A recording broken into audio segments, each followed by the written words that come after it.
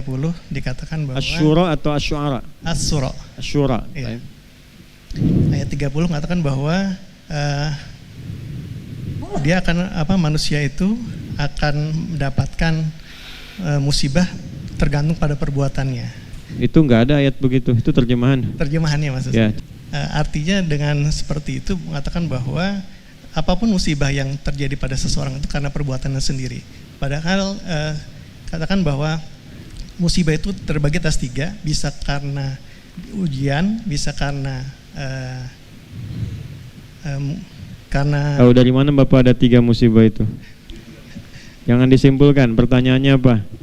Ya, artinya maksud saya bagaimana menghubungkan antara yang tadi, apakah dia ujian, apakah dia suatu laknat atau yang lain dengan ayat yang tadi. Bagaimana juga dengan takdir, karena kita tahu misalnya sudah, musibah itu cuma ada 2. Musibah itu asalnya semua yang kita alami, kullama asabana fahuwa musibah. Baik, semua yang kita alami. Bapak sekarang promosi jabatan itu musibah juga. Ya, semua yang kita alami itu musibah. Yang kita alami dalam hidup sebagai ujian dari Allah itu musibah. Ada yang sifatnya menyenangkan. Misal, Khalifah Umar bin Abdul Aziz ketika diangkat itu kalimatnya inna lillahi wa inna ilaihi raji'un. Baiknya, mengamalkan firman Allah Subhanahu wa taala di Al-Baqarah ayat 156, alladzina idza asabathum musibah qalu inna lillahi wa inna ilaihi raji'un. Jadi jabatan itu ujian. Dapat harta juga ujian. Ya, kalimatnya apa? Innalillahi, ini kan milik Allah. Satu saat akan dihisab, kan? Dapat ilmu juga musibah. Nah, ada yang kedua jenisnya, ujiannya berupa hal yang tidak biasa kita rasakan, melahirkan duka cita, misalnya meninggal, ya, kekurangan harta, walanabluwannakum bisyai'in minal khawf wal ju' wa naqsin minal amwal wal anfus wath thamarat, ya. Hanya kadang begini sifat manusia itu, menyadari ada masalah, ada musibah, diasosiasikan selalu pada yang kedua, sehingga pada yang pertama itu merasa seakan-akan bukan musibah.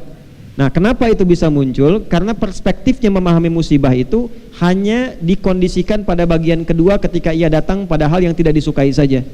Ya, padahal semua yang kita alami pada hakikatnya musibah, dua-duanya ujian untuk menguji kita, siapa di antara kita yang bisa memaksimalkan potensi kebaikannya di hadapan Allah. Jadi ketika ada kebaikan itu syukur, ketika ada duka ada sabar di dalamnya. Jadi dua-duanya netral, Pak. Makanya Nabi mengatakan ajaban li amril mu'min, orang beriman itu sungguh bahagia, sungguh hebat perkaranya, karena dia bisa memandang semua hal itu sama, netral. Ketika dia mendapatkan kebahagiaan dia bersyukur, dan ketika diuji dia bersabar. Jadi semuanya merasa ini ujian Allah saja, saya cuma jalani sampai saya meninggal. Jelas sampai di sini ya. Nah, apa kaitan dengan surat Asy-Syura ayat ke-30 tadi? Pada hakikatnya nggak mungkin diuji kecuali karena perilaku kita juga. Bapak misalnya milih pekerjaannya apa sekarang? saya dokter. Dokter, maka ujiannya di bidang kedokteran, Pak. Nggak mungkin ujian di bidang kepolisian, nggak mungkin ujian di bidang kemiliteran. Pasti ujiannya di bidang kedokteran. Itu yang dimaksud pilihan hidup kita itu, disitulah ada letak ujiannya. Demikian juga hal-hal yang terkait dengan hal negatif. Orang yang korupsi, pasti ketika dia korupsi tertangkap, di penjara, yaitu bagian dari musibah dia. Bima sabat aidikum, ya, itu sebab dari perbuatan kalian sendiri. Jadi yang dimaksud ayat itu ada 2 bagian. Satu, pilihan hidup kita akan mendatangkan ujian bagi kehidupan kita yang sesuai dengan pilihan hidup kita. La yukallifullahu nafsan illa wus'aha. Jadi kita pilih di kedokteran, Allah akan uji dengan sifat-sifat kedokteran. Saya memilih di bidang keulamaan, ya ujiannya seperti ini.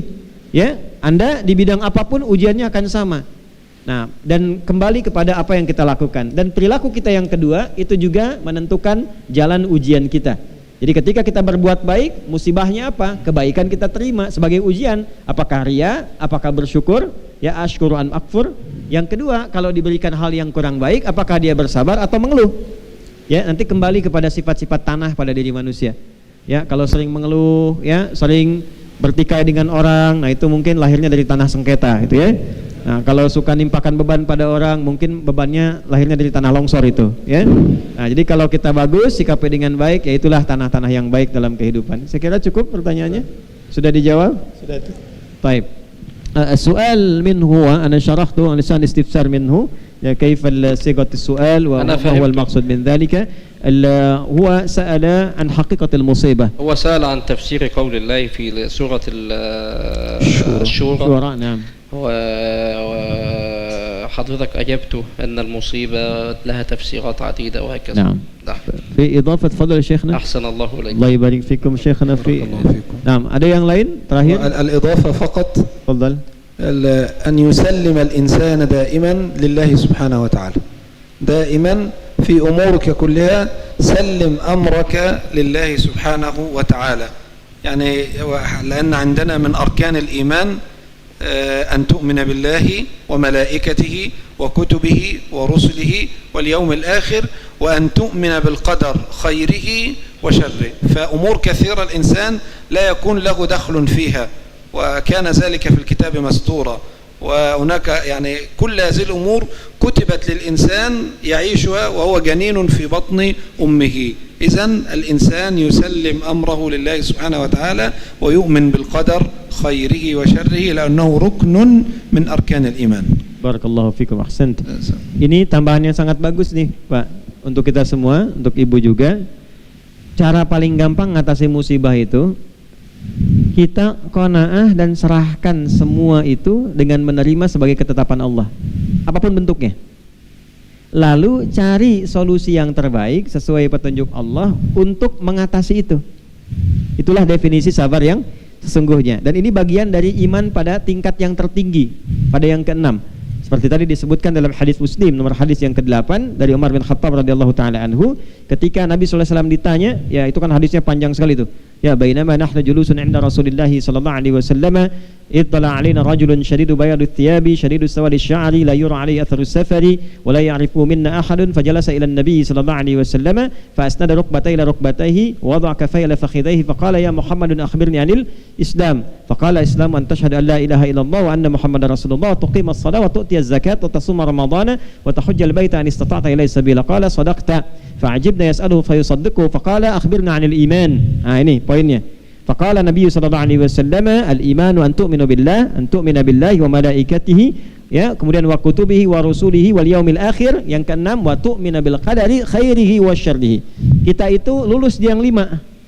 Iman pada Allah, malaikat, kitab, rasul, kiamat, yakin semua. Tapi giliran ada qada dan qadar suka nanya, ya Allah kenapa harus saya? Kenapa begini gitu kan? Nah, maka bagaimana caranya? Terima dulu, karena setiap yang Allah kasih itu adalah kebaikan yang sesuai dengan kebutuhan kita. Terima dulu. Kalau sudah bisa menerima, hati kita cenderung lapang. Allah kasih gelap, hujan, alhamdulillah. Terima dulu. Nanti setelah itu pelajari apa hikmahnya di balik hujan ini. Manfaatkan waktunya. Jalan berangkat musibah, macet betul. Terima dulu. Karena bikin status pun tidak menghentikan macet. Ya, terima dulu. Setelah terima, baru cari kegiatan yang produktif. Apakah membaca, apakah koneksikan dengan kegiatan yang lain. Maka dari itulah tadi beliau mengatakan, serahkan urusan kita dengan menerima itu kepada Allah. Itulah puncak keimanan qada dan qadar. Jelas ya? Allah Ta'ala a'lam bis